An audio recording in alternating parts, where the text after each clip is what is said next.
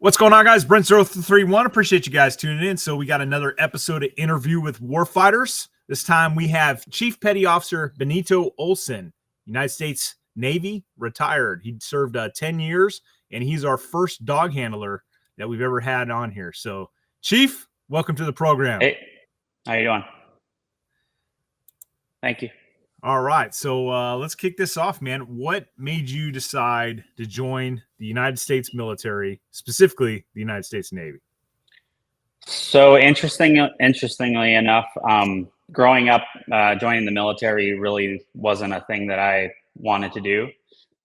We had the recruiters that they would come in to the high school, typical recruiters. They'd set up their booths and, give you pencils and pens and stuff like that. And I remember I had this one Chief Karst was his name. He was a Navy recruiter, and he just kept on hitting me to join. And I was like, no, I'm not really gonna do that. I think I'm gonna go to college or go to community college. My parents really didn't talk about college, so to be honest with you, I thought I'd end up working a job in a packing house or something like that, because I grew up in Sault Ste. Paul, Minnesota, and that's where you call it Cow Town. We had all the packing houses there and on Concord Street, and so I thought I was gonna end up doing something like that just because that's kind of what my family did. Anyways, fast forward, 9/11 happened. So I was a senior in high school, and I was sitting in intro to criminal justice class at Dakota County Technical College, because they allowed us our senior year to go in there and kind of just go see what that's about. I always wanted to become a police officer, so that was my passion, for other reasons that I'll talk about. But so 9/11 happened. We were sitting there watching the towers and everything go down, and I knew right then and there I wanted to do something.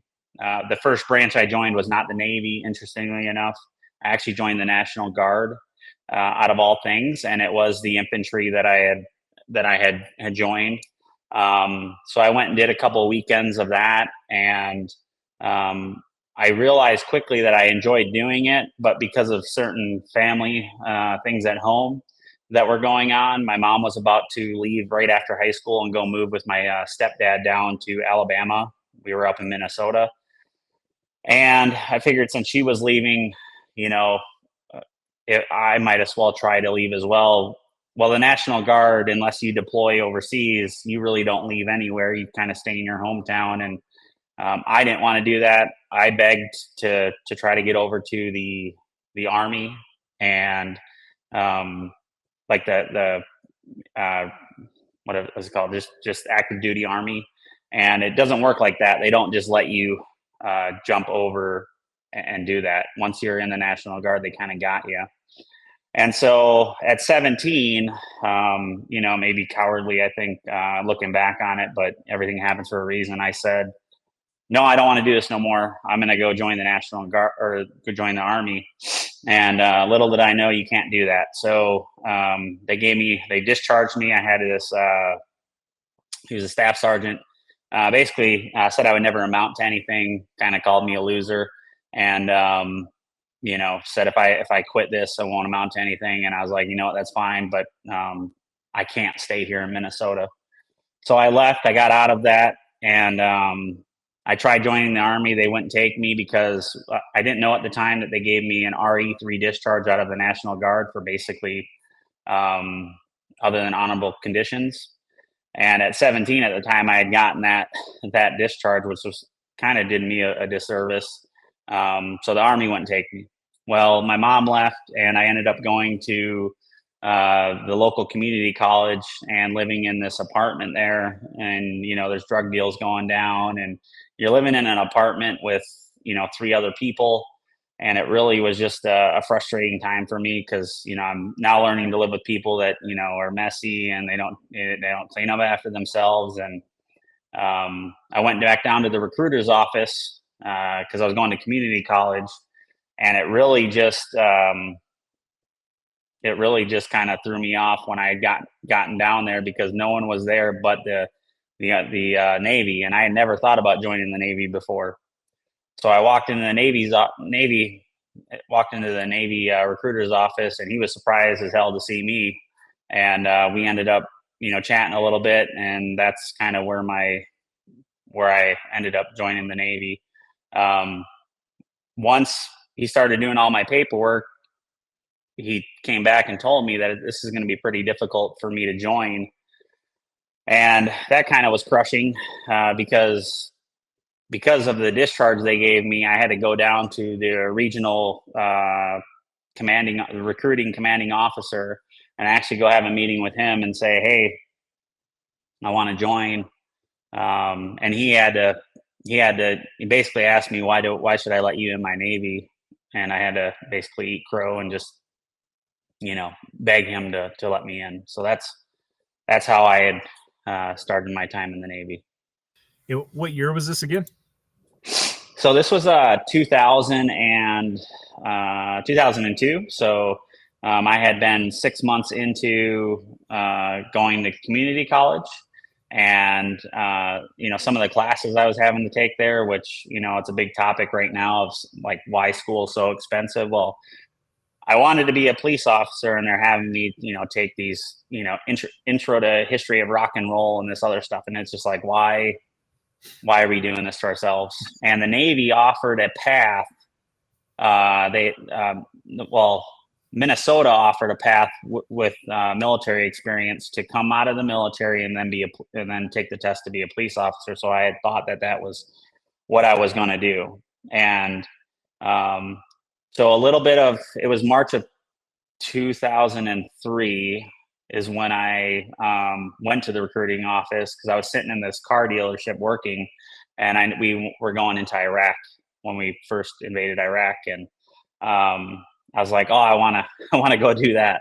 I want to go overseas. I want to go be a part of all that. That's kind of the reason why I joined the National Guard. And upon finding out that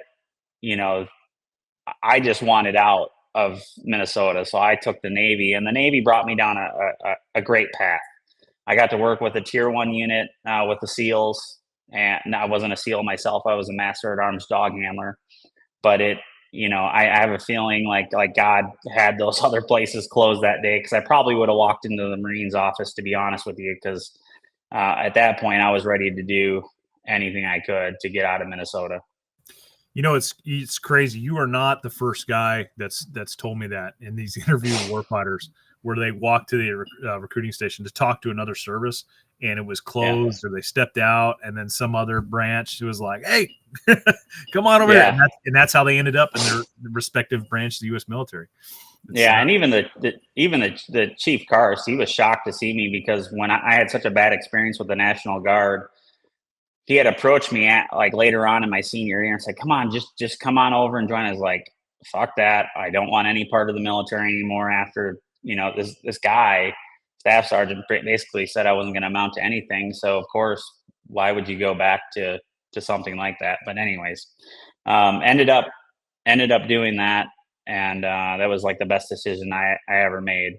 It got me out of Minnesota. It got me away from all the problems I was having. I wrote a book, so that's another reason why I'm on here. I have a book that's coming out this month. And my dad went to prison when I was a kid, and I was like 11 years old. He went for 5 years. And so he got out right before I had graduated high school. And I always said I wanted to do something the complete opposite of him. And which ended up being a good thing for me, bad for him. But being a police officer was opposite of what, the reason why he was in prison. So yeah. Real quick, before we get too far into the weeds, let's just go ahead and plug your book so people can know where to find it. So there it is. The Underdogs Conquering Life with Man's Best Friend and SEAL Team. It's redacted. So the reason why they had to redact it is just because of the certain SEAL team I was with. And Eddie Penny's a good friend of mine. He wrote the foreword, and it's a book about my life. It's not just about combat missions. I mean, there's a lot of good stories in there. I wrote, a few of the many that I did. But I feel like there's a lot in there that hopefully can relate to somebody. Outstanding. All right, so let's fast forward, man. Let's go to your recruit training. Where did you go for the U.S. Navy boot camp? Yeah, so I went to RTC Great Lakes. in let's see here. I'm going to make sure I get these dates right. August 24th, 25th, 2003. And I was there until October of 2003. I think it was 8 weeks long. It was an eye-opening experience for me because for the first time I had male role models that were actually leaders that like wanted to develop me into, something. Growing up, I had my stepdad, but he had his share of issues and mistakes. And so I really had no male role model. I was being led by my mom, which she did the best she could. And getting there, I think that's what I really fed off of was the fact that, you had these 3 RDCs that were basically trying to mold you into, sailors and to go out into the fleet and be able to, um, be a sailor. So I get there and it's the first time I actually hyperventilated, like, I don't know, about 2 days into it. Like we have all these people screaming at you and I've never had that. Right. Like, and it was just an eye opener. It was shocking to me. And so I'm hyperventilating. And then this chief petty officer comes over and basically tells all these assholes to leave me alone. And he's like, I need you to calm down. And he's like, this is just part of it. And he walked me through kind of, for the next 10 minutes and I was fine after that. But it was that guy. It was like, cool. I want to be like that guy. Cause he saw that I really wanted to be there. I just, once you do something stupid, they all jump on you. So once I learned that part, I was cool with it because then after that, you would have instances where they'd come in and not beat you physically, but, make you do a ton of push-ups or mountain, or whatever you call them. What are those things called? I can't remember what they're called, but basically come in there and make the the ceiling sweat because of how much, they were in there working you out. I went there. I didn't have any ambitions on being a dog handler. I just wanted to go in and be a master at arms. I honestly didn't know anything about dog handling at the time. So, going in there, I just, wanted to learn everything I could, to make me a better sailor and then set me up for A school. They marched us to the chow hall just like everybody else. I think now they have, the chow halls in with, the birthing and all of that. So they don't really have to march anywhere. But they would march us everywhere and, you get 5 minutes to eat and you'd shove as much food down your throat as you could and then, move on to the next thing. So I did that for 8 weeks. And then, you're waiting for where your school's going to be. And we call it A school in the Navy. And so basically for Master at Arms or military police, we call them Master at Arms, but for everybody that's watching, military police, you had the choice of Little Creek, Virginia, and San Antonio, Texas, on Lackland Air Force Base. And obviously, everybody wanted Lackland Air Force Base because of the Air Force chow halls and the Air Force accommodations. I ended up getting Little Creek. You don't get a choice; they just choose for you. And in October to December of 2003 is when I actually went to Little Creek, Virginia, and started my A school training there. Awesome. For our audience and for those that don't know, can you kind of explain what a Master at Arms is and what their like roles and responsibilities are? Yeah, sure. So Master at Arms. So first off, before 2000 and 9/11, to be a Master at Arms or a military police officer, that's the equivalent of it, basically. You had to be an E5 and have time in the Navy in order to be in that job role. Well, after 9/11, they had wanted to expand the rate to over 10,000 Master at Arms. And Master at Arms have a lot of different duties. They have, your regular force protection. They have law enforcement. They have investigations. They have the dog handlers. They have it's everything that you could think of that would be in a police department. That's what they have. They have the armory. They have, your shooting instructors and I mean, just everything. But primary duties are law enforcement and force protection, and that's kind of what that entails of that job. I went to Little Creek, Virginia, and it was that was an eye-opening experience as well, because they would have to charter us on a bus over to the schoolhouse, which was off base, and of course they don't do that no more. But we would go to this civilian training school, and they would teach us, the UCMJ. They would, different scenarios, not a ton of scenarios. Um, it was more about how to keep yourself out of trouble and do the right thing. They did the pepper or the OC spray or whatever it is.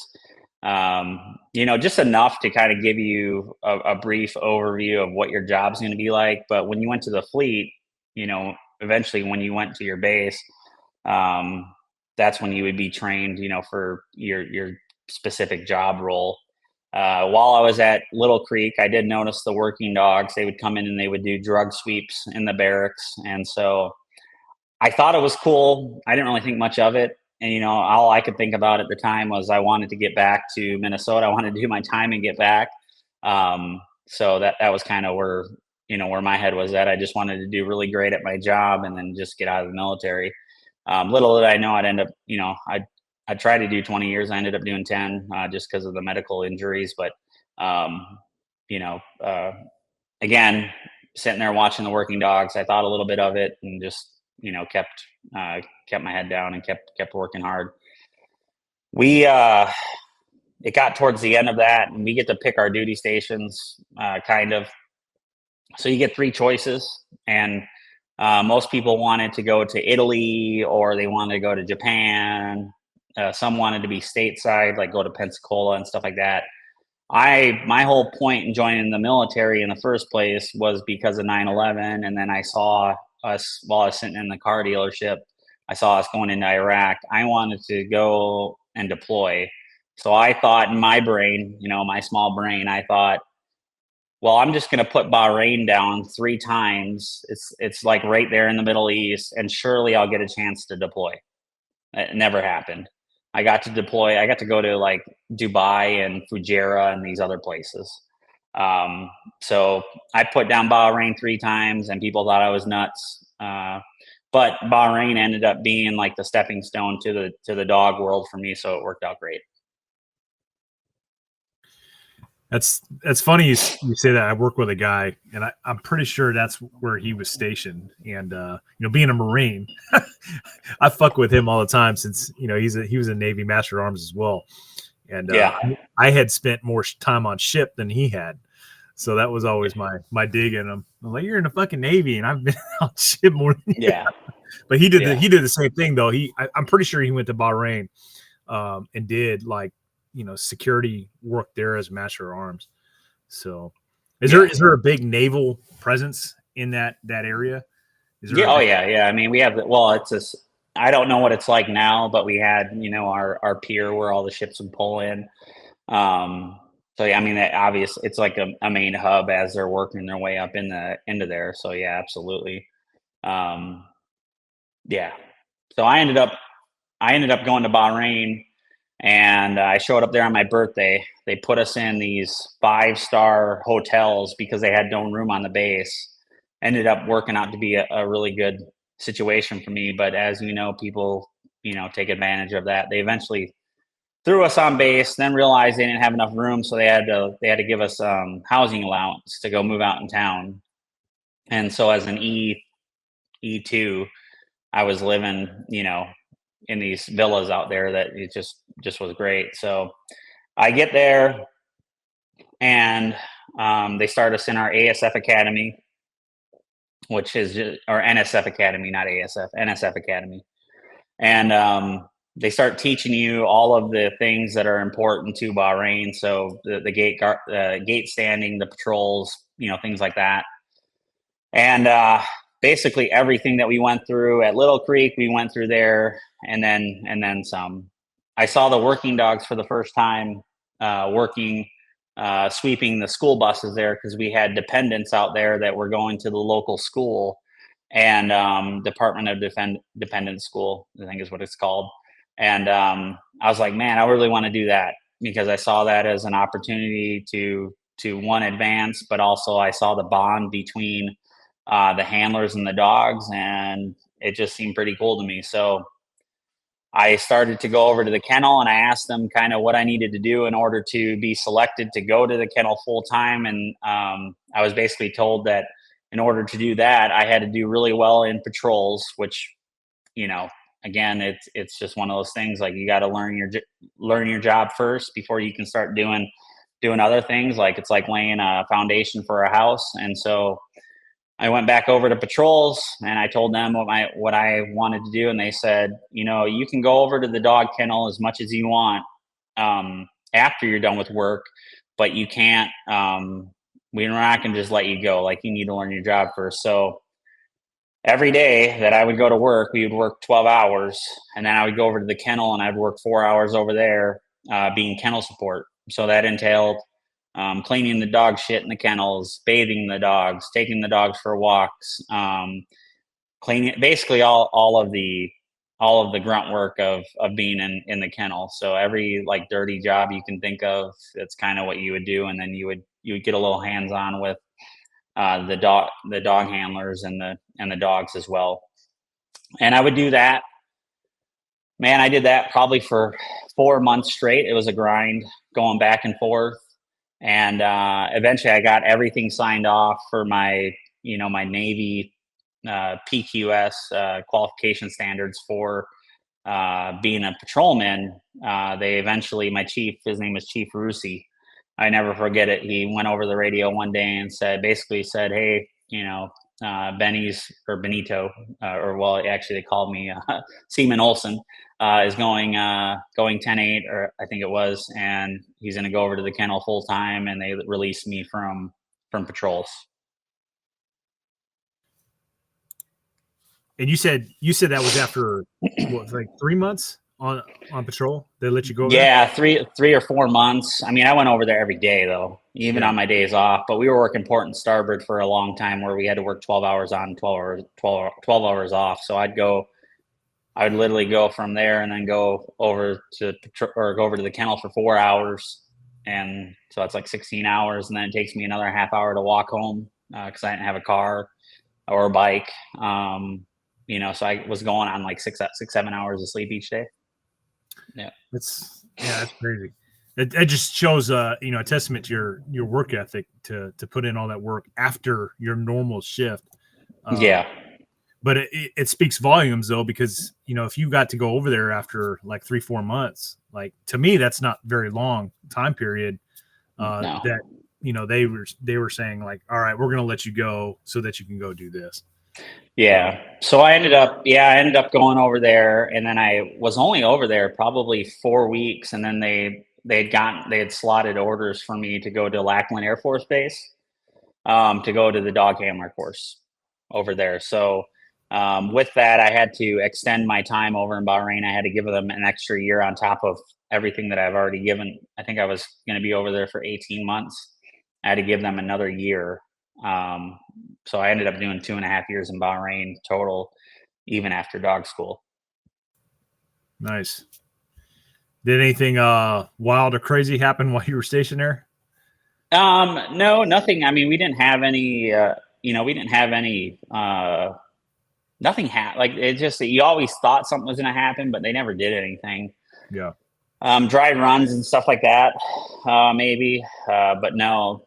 So I actually, and then I ended up, so just kind of going back, I got selected for the dog handler school in April of 2004, and then I went over there. I actually came back to Lackland Air Force Base at the end of April of 2004 is when I started working dog school. And that lasted 12 weeks. So the first part of it, we had the detection side. I don't know if you're aware of how that school works, but no, if you don't mind, can you explain that a little bit so people understand like what kind of training you had to go through to become a dog handler? Sure, absolutely. So so first off, you had to volunteer your time and show your worth. And then you get selected to actually go. So there's 12 weeks of military monotony of just doing the same old thing every day. But you're with a dog, so it actually is a really great experience. And the first 6 weeks are all patrol work. So these are dogs that either weren't good enough to make it to the fleet, as we call it, or make it to the other branches. These were dogs that failed in the other branches. These dogs were like the rejects, right? These dogs would not out a bite.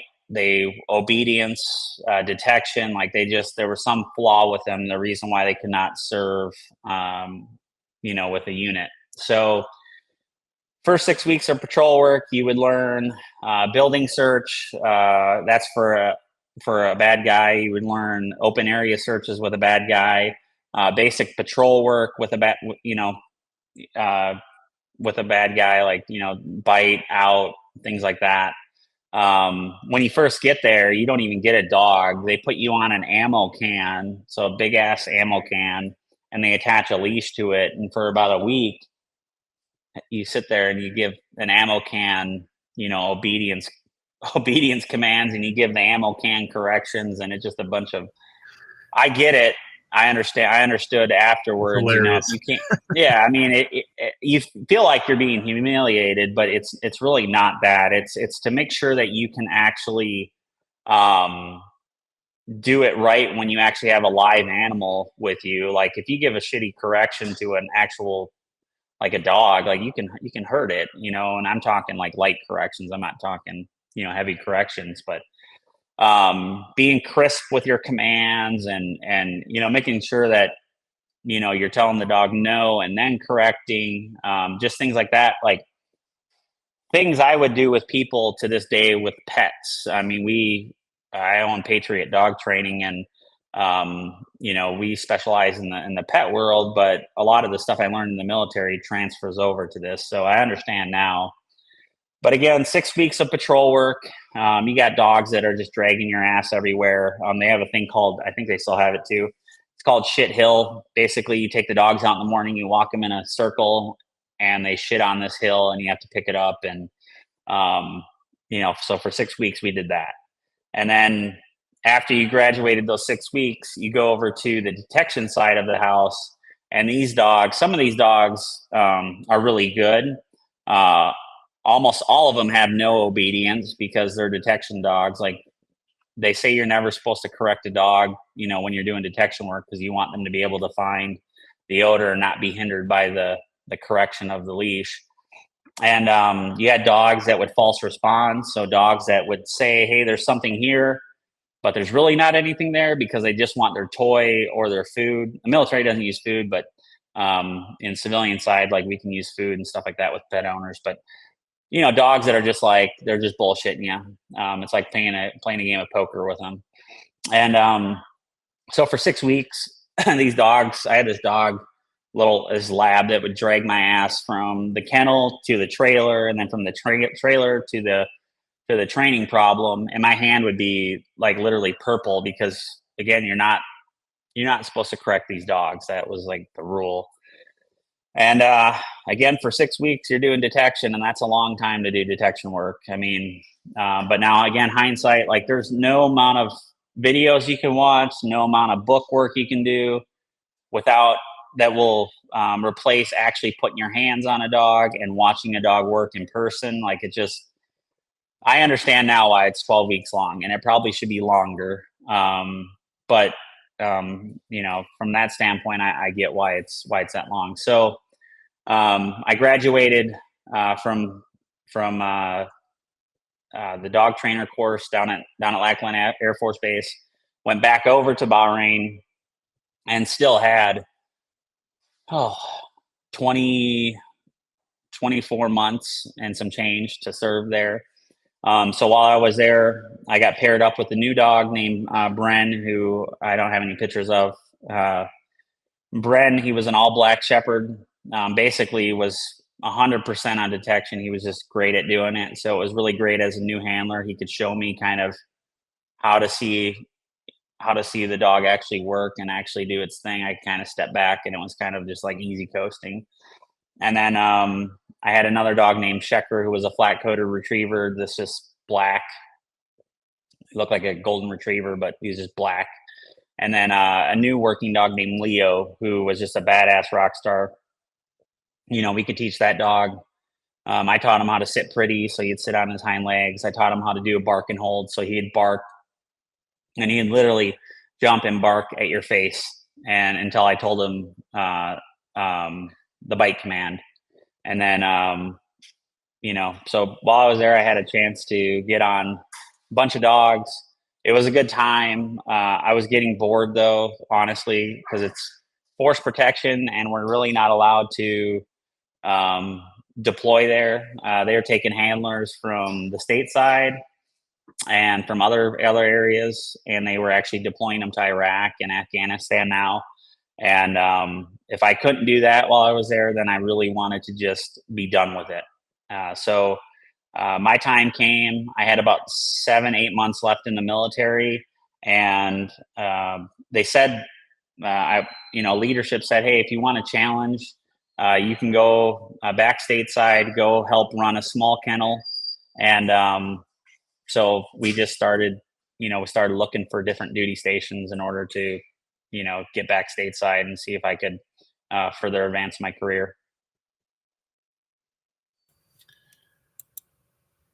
Awesome. How did you end up in Iraq or Afghanistan? How'd that all transpire? Yeah, so that's a little bit longer of a story. So I came back stateside. I went to Kingsville, Texas, and that's where I was told that this would be the best place for you to go. I got there, and literally there's nothing in Kingsville, Texas. I mean, there's stuff there now, and there was a Walmart there, but aside from that, there was nothing there. I got paired up with a dog that had been in the military for probably 8 years. He wasn't allowed to do bite work just because of his hips, and he had cataracts as well. And so here I was again, back to square one. I had a dog that I could not deploy with, and it wasn't, what I wanted to be doing.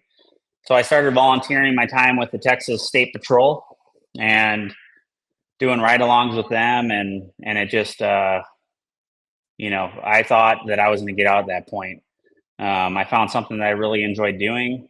I really enjoyed what those guys were doing with DPS, and I ended up getting a phone call from a buddy of mine, and he said, "Hey, man, I've got this opportunity to work with these SEALs." He was already there, and he wouldn't really tell me what it was about, and so I had to kind of fish it out of him a little bit. And he eventually told me, "Hey, we're doing house runs and stuff like that." And I didn't know shit about that because we didn't do that. That's not something we did. Even MA law enforcement, you didn't do house runs. And so I got the approval to go up there and screen. So I showed up up at Little Creek, Virginia. Showed up that area and went on the compound, and they would screen us psychologically, and then they would screen us physically, and then they'd finally screen us in the kennel. And they said, "You're pretty young. We don't know if we'll take you because of your age." I was 21 at the time, or 20 at the time, I think. 21 at the time.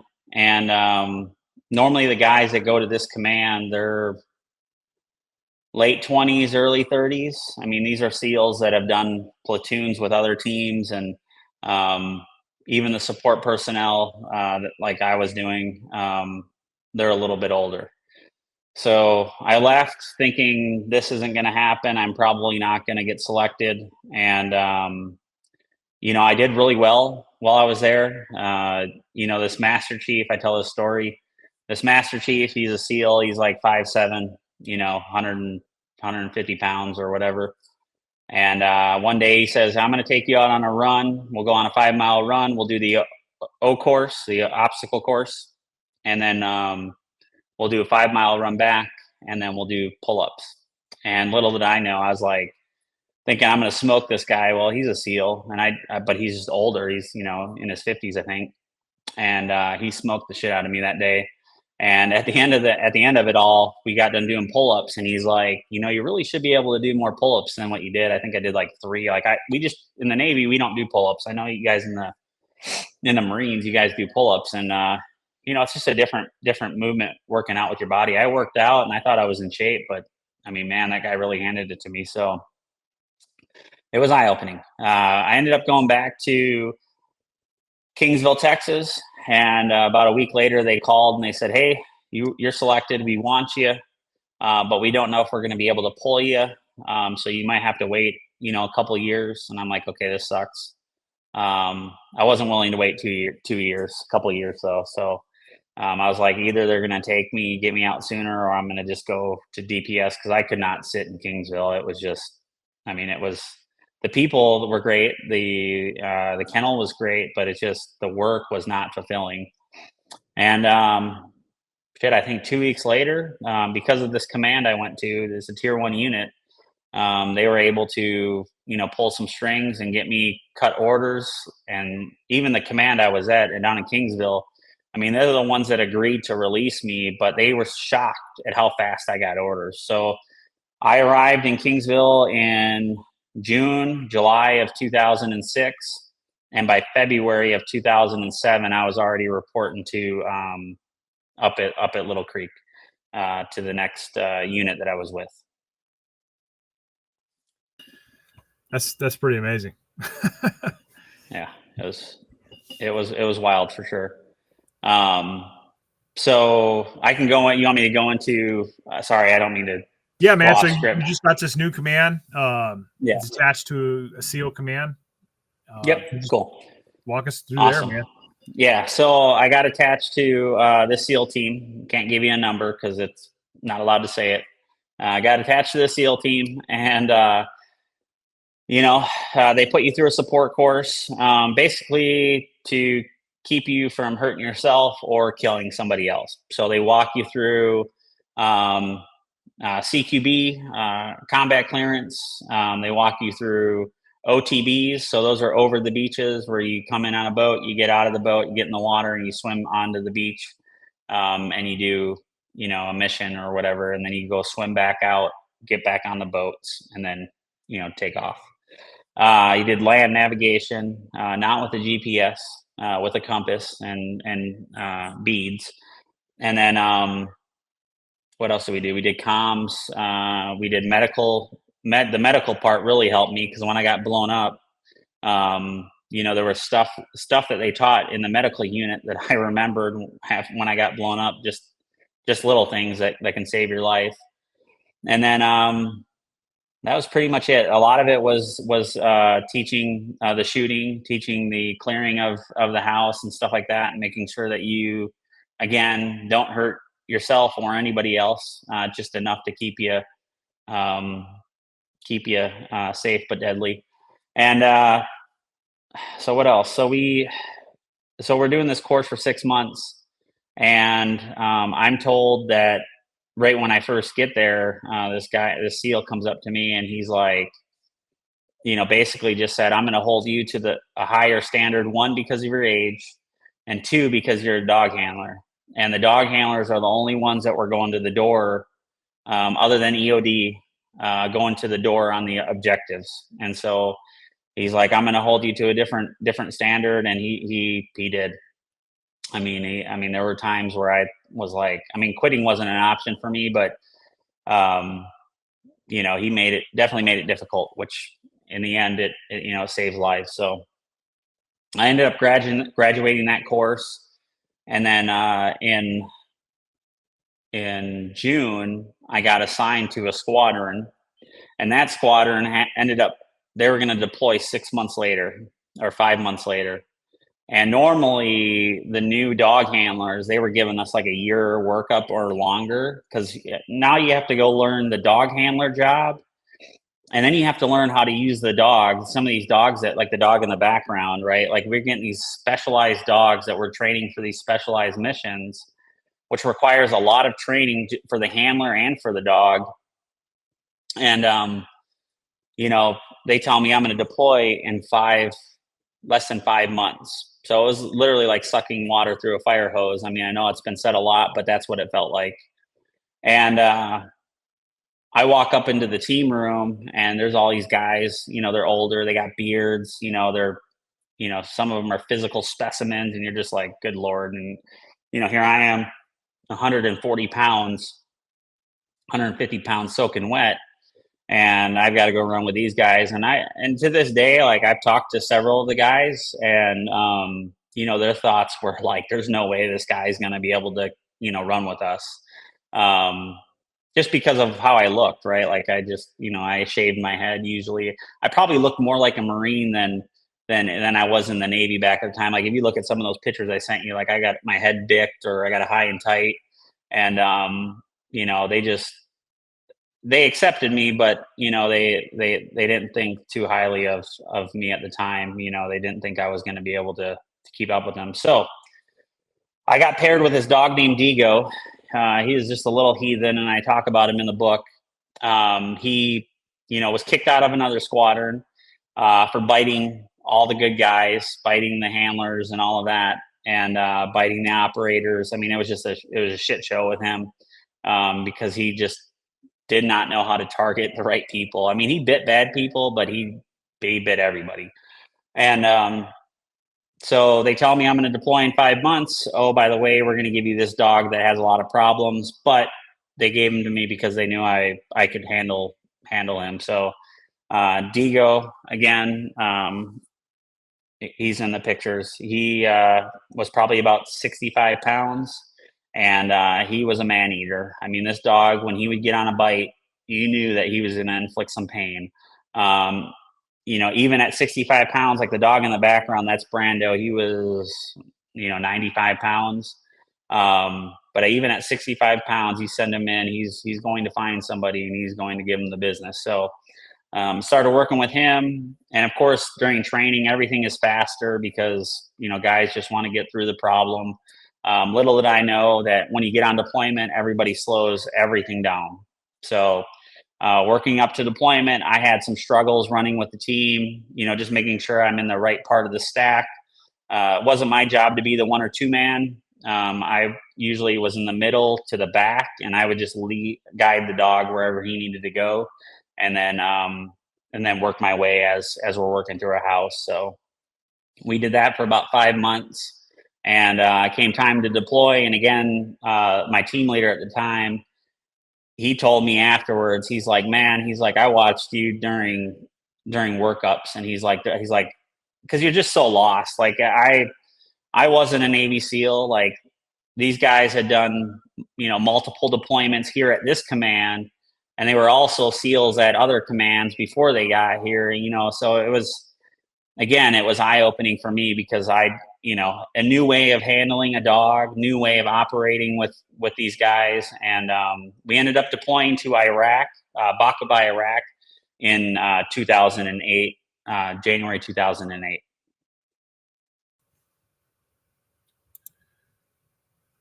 Awesome. Can you kind of walk us through your deployment and what all transpired there? Yeah, I'll walk you through. I'll share like one mission. I talk about it in the book, but I'll share one of them, and then there's some other ones that are in the book as well. But yeah, I'll walk you through it. So we deployed to Baqaba, Iraq in 2008, and Baqaba was known for a lot of HB IEDs, so houseborne IEDs. So they would rig all these houses with pressure plates or whatever have you, to detonate the house. And so we were going after these different targets in Baqaba, Iraq. And it was really hairy, really, really sketchy. There were some towns we walked into. One I talk about in the book called Boys Town. That's what the intel guys named it, I think. There were just men in there. There were no animals. There were no kids. Like, I remember the first mission we went on, and later on when we got back, the guys were like, we've never seen something like this before, because they even said it was a little eerie. Like, there's just no women and children, no kids, just bad dudes. Like, if you found a dude there, he was probably bad.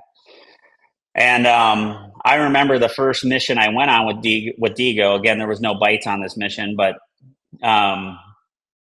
I went out with him. We patrolled up to the target, and they decided to do a call out on the target, basically just saying they get over the loudspeaker, the terp would, and call everybody out of the house.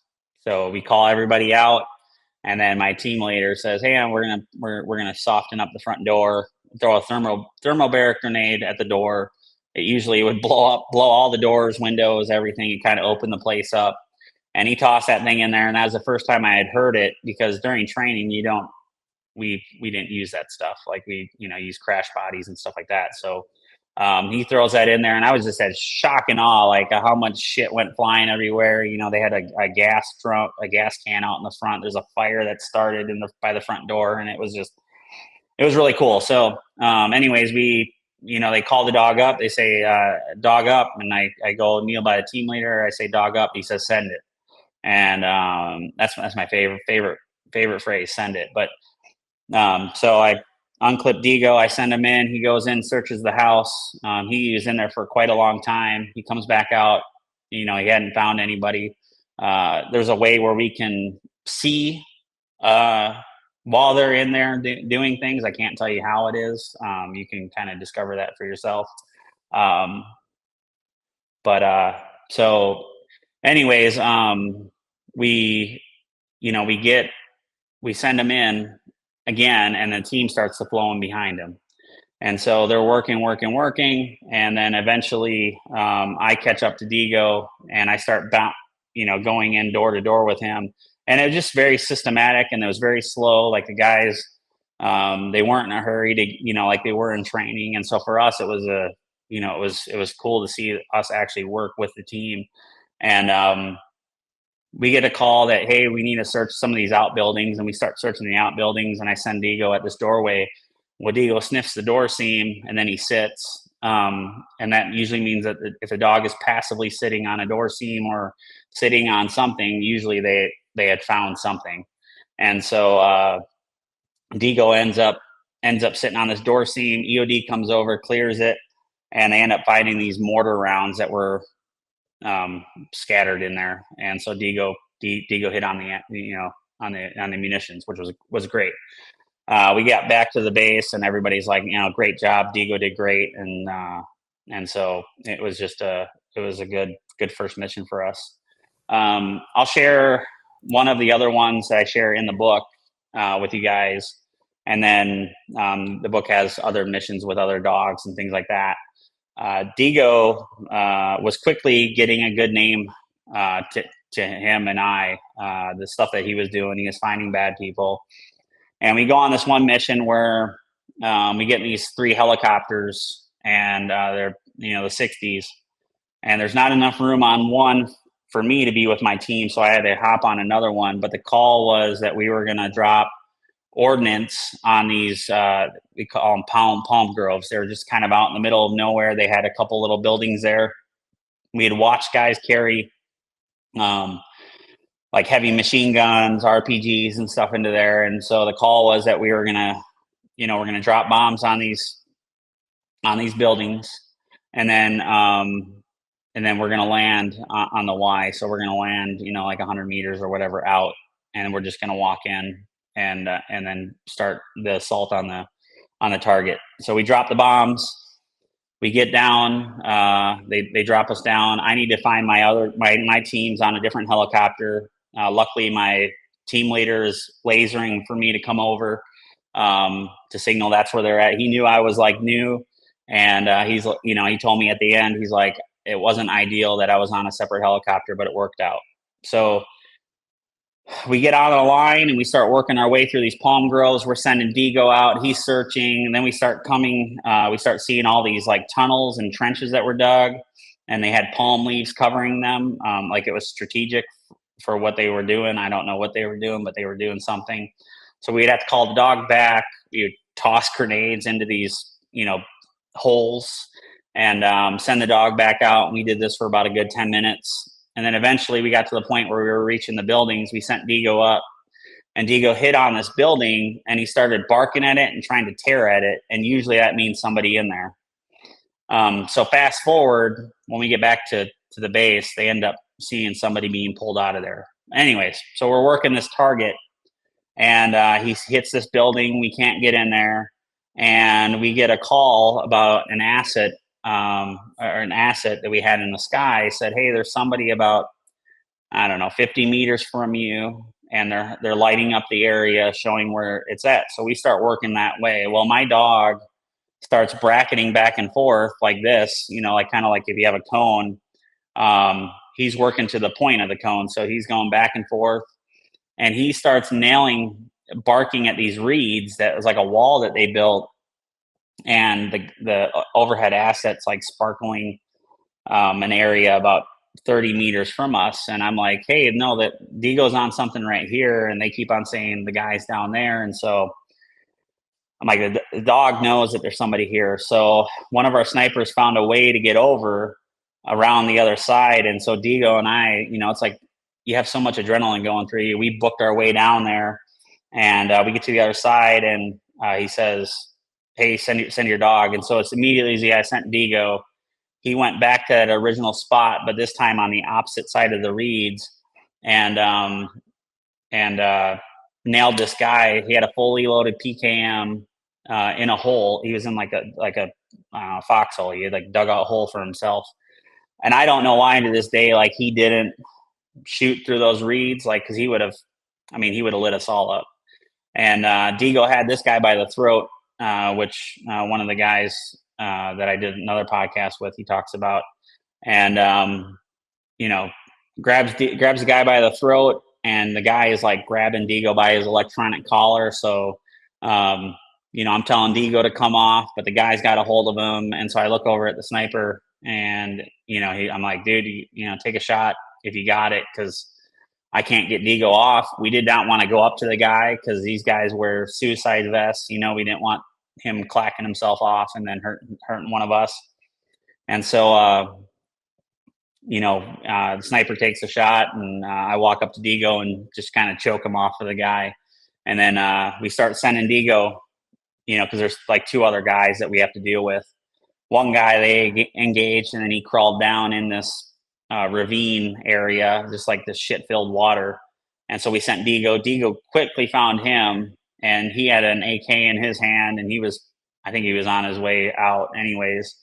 We engaged him with Digo, and I go down to pull Digo off again, because at this point his electronic collar's not working. And I know you're supposed to be able to have some obedience, but man, when that dog's in a fight, and just picture the adrenaline, like if you were in a fight, like it's so intense. And so I go down there, I choke him off, and we start crawling back up this ravine, and then he yanks me right back down in the shit water. And so I got a picture of it. Like I just water all, it's just like, it's nasty sewage runoff. So great op with Digo. Digo did great.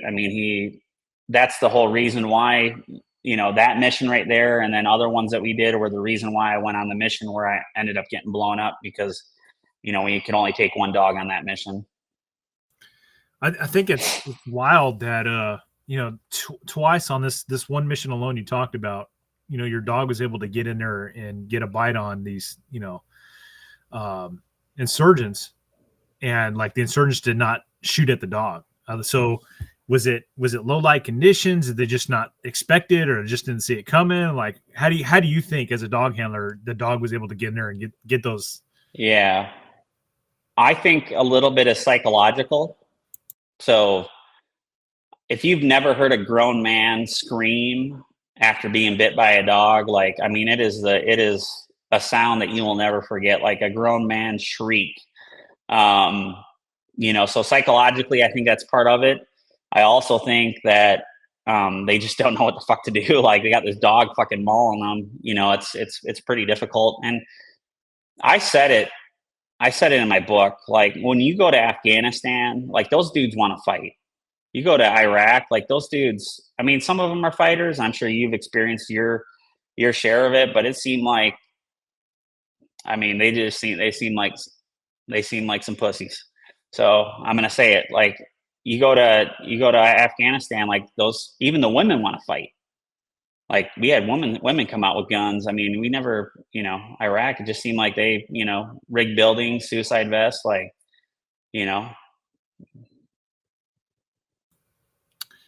Yeah, the other thing I was thinking about is there were so many wild dogs in Iraq, and I wonder if just in their mind mentally, they just didn't make the correlation because it happened so quickly that when they saw the dog, they didn't associate that like, oh shit, that's an American dog.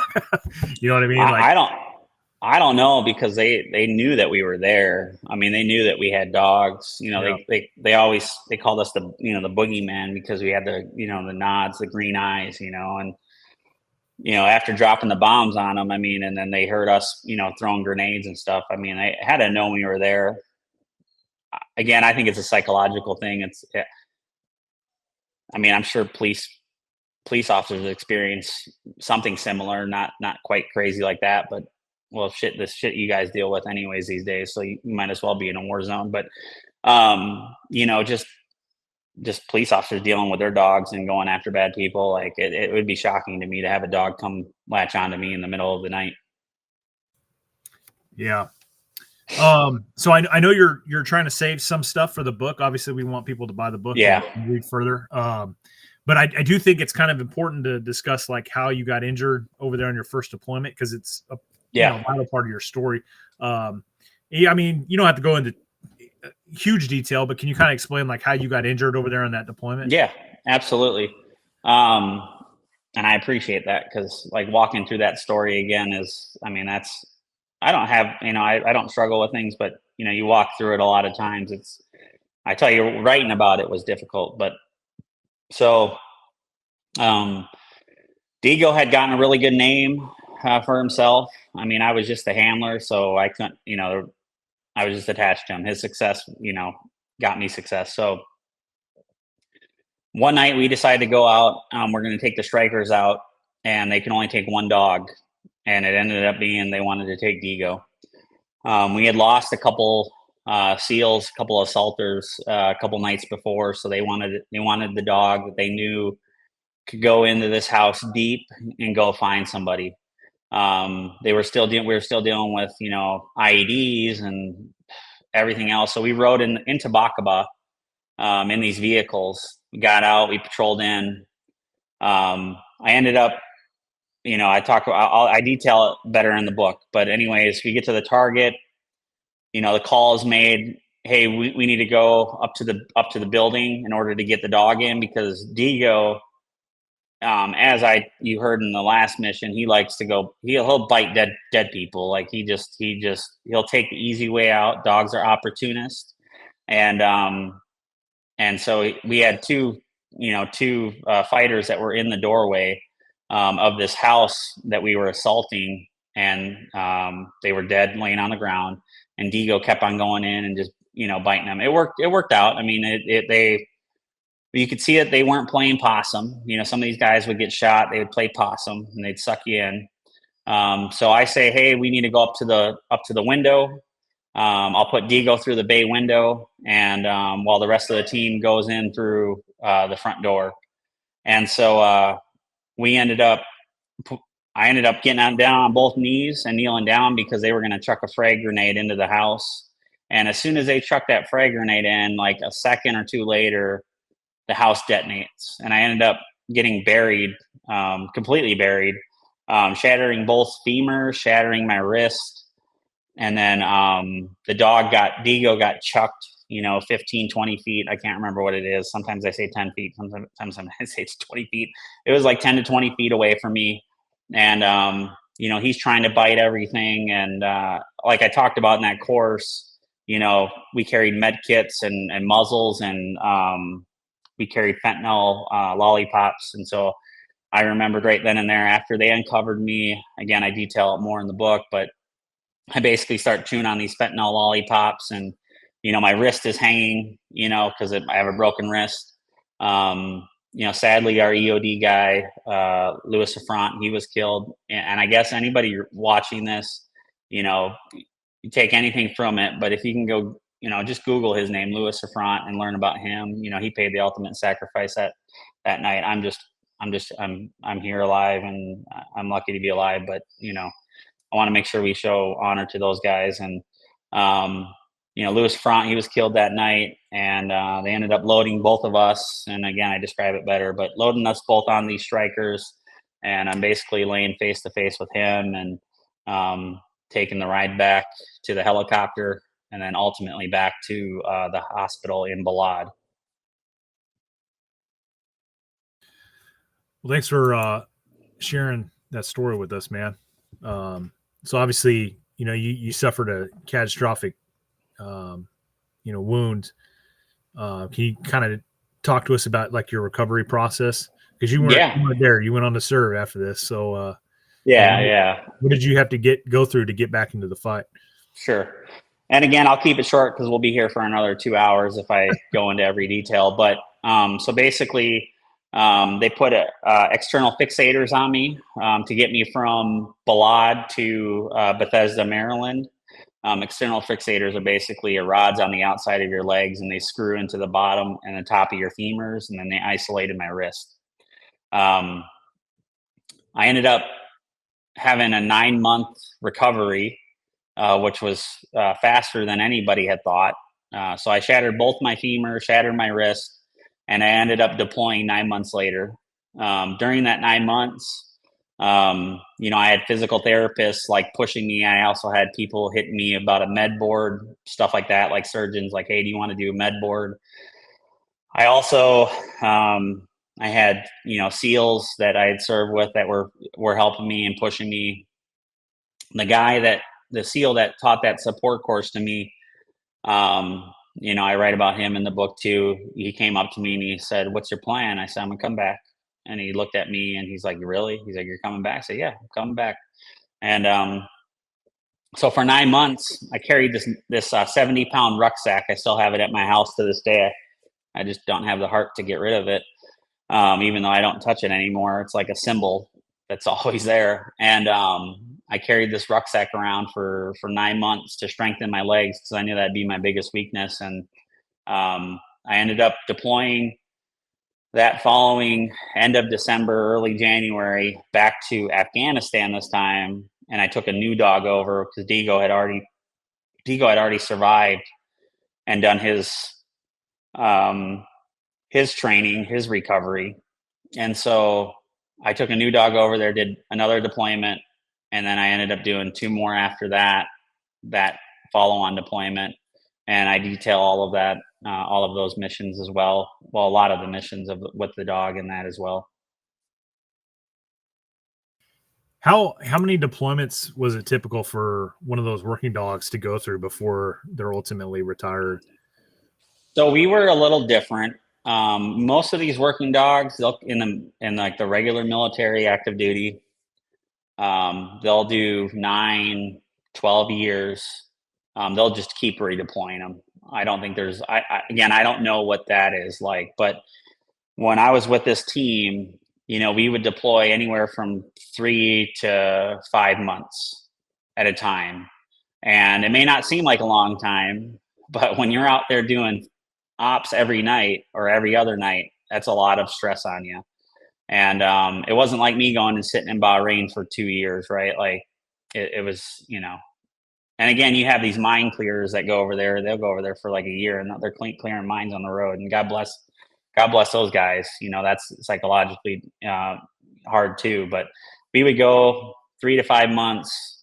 These working dogs, we would retire them probably by about 6 or 7, and then guys would take them, adopt them. Digo, I could not adopt. Digo ended up going to Warrior Dog Foundation, who is Mike Ritland. Because Digo, again, I couldn't trust him around my kids. I had kids that were like 5 and 7 at the time. There's no way I'd have him in my house. So, but like Brando, the last dog I had on my last deployment, I would have him in the house and no problem.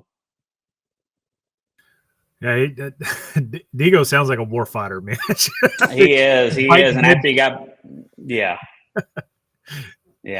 that's awesome.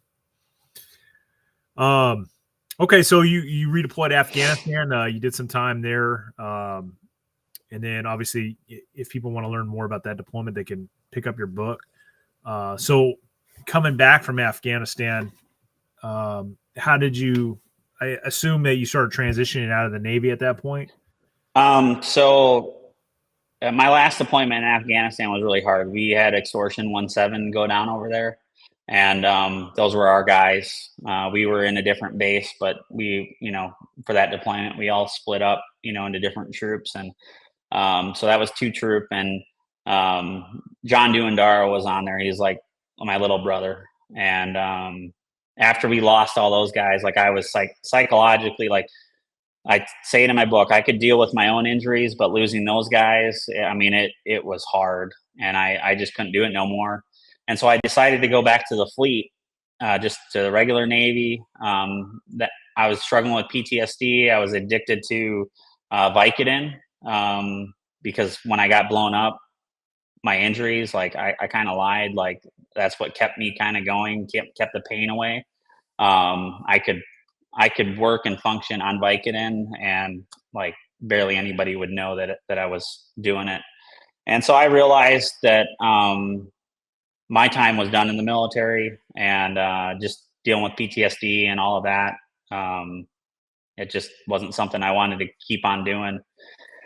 I ended up being medically retired in let's see here, October of 2013. So a little after 10 years of being in, I went over to my surgeon and I said, it's time. And he's like, I was waiting for you for fucking 4 years now. He's like, I knew it was going to happen here sooner or later. And then I was talking to the psychologist, and there was just some things I could not get past, especially with losing those guys. And I don't know, man. It's hard because if you're there at that command and and at the time you open up about something like that, it's, you don't get to stay there very long is what I figured. So I kind of kept it all in, and I ended up paying the price for it in the end. I should have talked about it a lot sooner, and I didn't. And I mean, now I'm good. Now everything's great, but it was definitely a hard time in my life. Well, I don't think anybody can fault you, man, especially being on a near-death incident like you experienced on your first deployment, and then recovering from that, and then going right back down range. I mean, that's unbelievably admirable and unbelievable hard task that you pulled off. Thank you. So I got medically retired, and I still wanted to work with dogs. I tried to go be a real estate agent. I was like, I don't want to do this shit. And I got my license and everything. Started training people's dogs, ended up opening up Patriot Dog Training, which is down here in San Antonio, Texas. We were in Virginia, and I told my wife I'm never going back to Virginia. I was talking to you about the beginning of the show. I went and met Nate at that dog training school in St. Louis. And I called her and I said, I didn't want to go back. I said, I cannot go back there. I said, there's too many bad memories. I said, I want to be done with that area. I don't, I love the military, but not that area. And so we started looking around in San Antonio. We went and lived with my in-laws for 6, 7, 8 months while my house was being built down here. And man, they were saints, because I remember having like 20 dogs in their basement there. They had a really nice house, but I was bringing dogs in to train and to board to like start doing this thing. And they really helped me kind of kick off doing this. We opened up down here out of my garage, upgraded to a 1,200 square foot warehouse. And then now we have a 10,000 square foot facility that we rent. But now where we're in right now, we just bought this new facility that we're outfitting. So we'll actually own it. And it's been quite a ride. So, yeah. Man, that's awesome. I just want to point out for people that are watching this and maybe wondering like how you and I linked up together. And he had mentioned the name Nate. And for those of you guys that don't know, he's talking about Nathan Schomer, United States Marine Corps Staff Sergeant. He and I served together in Bravo Company, 1st Battalion, 4th Marines. And Nate went on to following his service, he went into founding or being part of a dog training school, which Benny ended up going to. So that's who put me in contact with him, and the rest is history. Yeah. So yeah, it's crazy how small the world is. especially in the military. No, it is. And Nate, people wanting to help you out too. Like Nate messaged me about my book and he's like, hey, I know 2 other guys that do podcasts. I didn't have to ask him, like, cause I'm not a person that asks. I mean, if you look at my YouTube and Facebook, like I'm not one of these dog trainers that's out there that's just like, hey, look at me, look at me. I didn't write the book either for people to be like, hey, look at me, look at me. I wrote the book because I really thought maybe it might help somebody, with what they're going through, because I write about everything that happened in my life and how it's helped me get to the next thing. And, Nate was willing to reach out and send you my information, another guy, and then Nate has his own YouTube thing, I think, as well. And so it's just really cool how veterans are trying to help each other out, especially business owners. Yeah, it's pretty impressive. So, well, I guess we can start wrapping this up, man. I definitely would like for you to, if you have, social media or websites for your dog training company, and obviously pimp your book again so that people can find out where to get it before we close that out. All right. Yep. So www.patriotdogtraining.com, and then it's ballastbooks.com /the underdogs. I'll send you a link. I don't know if you can put that in the description. But yeah, that's where you can find my book right now. It's also going to be on Amazon. But those won't be released until January 23rd. So all the ones on Ballast Books will be released around the 28th of this month. They'll all be signed copies. And of course, Amazon won't be taking all of the money either. So it'll go back into the book. Awesome. Yeah, I will absolutely. If you send me those links, I'll absolutely put those in the description box so people can find those. Cool. Well, Chief Olson, I appreciate you coming on, man, and sharing with us your story. So I appreciate you. Yeah, man, likewise. And it was a pleasure meeting you. And I'm just grateful that, we got mutual warfighters out there like Nate that can put us in contact, and, we can tell each other's stories. I think this is very important to share our experiences. We have the World War II generation, Korea, Vietnam, and like a lot of those guys just kept to themselves, didn't share their stories. And unfortunately, they either have died off or are dying off, and no one will ever know their story. So I think it's important to share our GWAT experience with the world so that it's out there, and we won't be forgotten to the winds. So yes, sir. All righty, sir. Well, I appreciate you once again. Appreciate guys, if you are interested in his book or company, be sure to check out the description box. I have links to where you can pick that stuff up. Thanks for watching. Thank you.